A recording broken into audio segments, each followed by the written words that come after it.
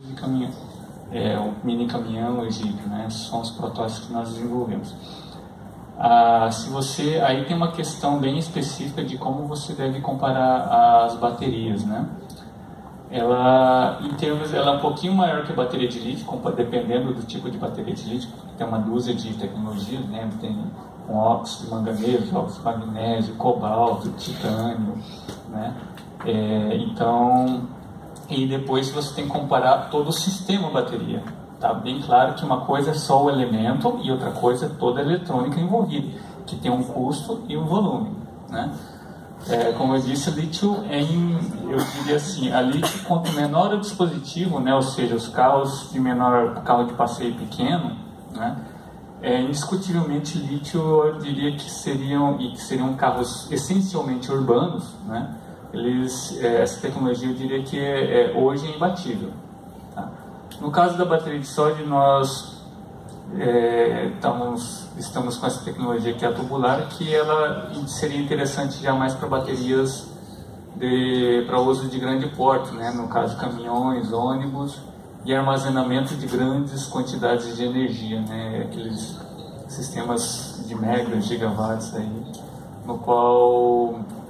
só que aí nesse caso aí a aplicação mais interessante é o seguinte: no caso da densidade energética, ela é similar à bateria de lítio, tá? Em termos de densidade de potência, ela é menor, tá? Então, por isso que se você quer um carro esportivo, um carro dinâmico, né, que são os carros pequenos, são ágeis, aí, então a bateria de sódio já não passa a ser tão interessante, tá? Por causa da densidade de potência, não de energia, tá? A lítio tem densidade de potência e energia. Ele é bem interessante nesse aspecto. Nos sistemas de potência, sistemas elétricos renováveis, grandes volumes de energia, aí tem a questão dos controles. O controle também sempre ela aumenta exponencialmente com a questão da quantidade do volume de energia. Quanto maior o sistema, mais alta a tensão, mais altas correntes, os sistemas são mais críticos, então você tem que incrementar as proteções, né?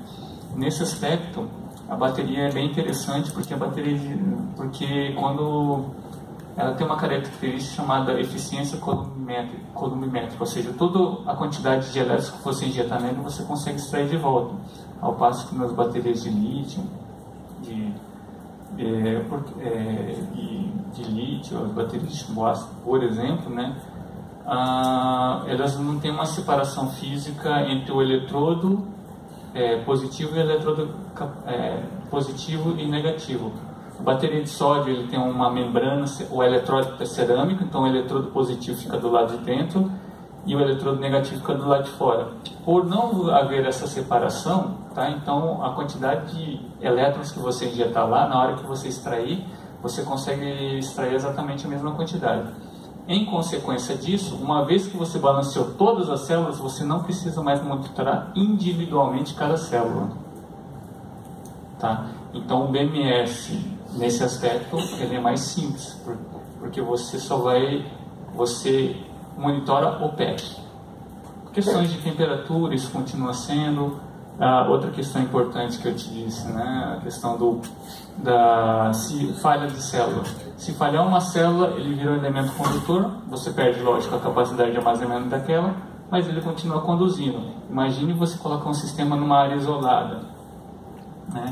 Coloca que tem várias regiões no país que tem essa situação, né? Aqui mais na ponta, assim, digamos assim, quando a gente tem muitas variações, oscilações, em sistemas, ficar fazendo manutenções periódicas, isso é custoso, tá? Então, por isso que a Itaipu se envolveu com isso. Ela aplica-se a grandes veículos e a sistemas storage de grandes quantidades de energia, né? Então, lógico, eu sempre pergunto assim, qual que é a melhor bateria, qual que é a melhor bateria, qual que é o melhor veículo, qual que é o melhor isso, qual que é o melhor aquilo. Depende, qual que é a aplicação, né? Que nem, vou dar um exemplo mais prático, que nem você fala assim, um carro hatch, um Twizy é ótimo para estudante, para quem faz essas pequenas viagens, mas para quem tem uma família com cinco pessoas na família, não adianta. Quem faz serviços 100 km pode ser pouco, né? Então, híbrido, tem híbridos também. O pessoal fala de híbridos, graus de hibridização diferentes, né? Por exemplo, se são grandes distâncias é uma coisa, se são regionais são outras coisas. A aplicação qual que é melhor? Rápido ou lento? Na realidade, depende da necessidade. A gente necessariamente vai precisar de eletropostos rápidos ao longo das estradas em alguns pontos da cidade.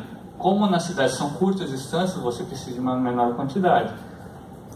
Só que lá vai ter um uso intensivo de carga lenta, porque o carro fica até 22 horas parado, estacionado.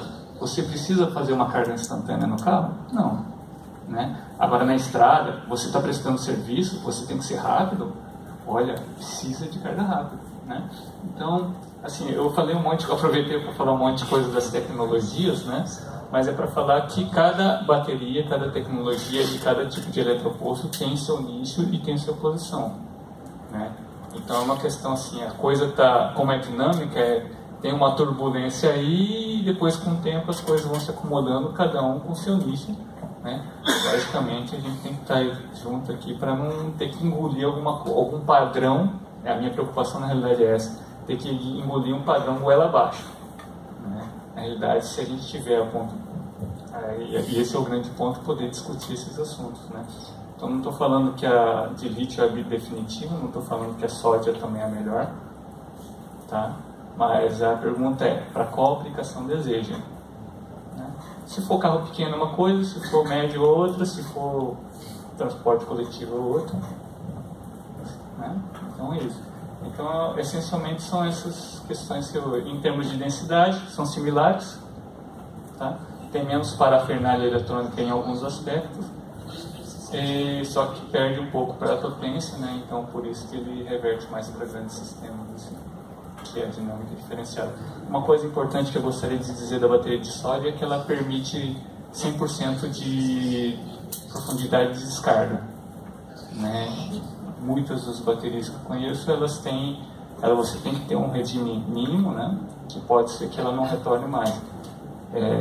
Só que, lógico, isso reduz vida útil, não é recomendado isso numa bateria, tá? Mas ela é bem interessante, se por acidente chegar a 0%, a gente consegue recuperá-la, né? Mediante recarga controlada. Tá? Só que o ideal, o pessoal sempre coloca entre 20% e 80% fazer esse ciclo que aumenta a vida útil, né? Em geral. Tá? Então, sempre depende do regime, né? Intensidade de uso, né? Se o ciclo regime é extremamente estressante, né?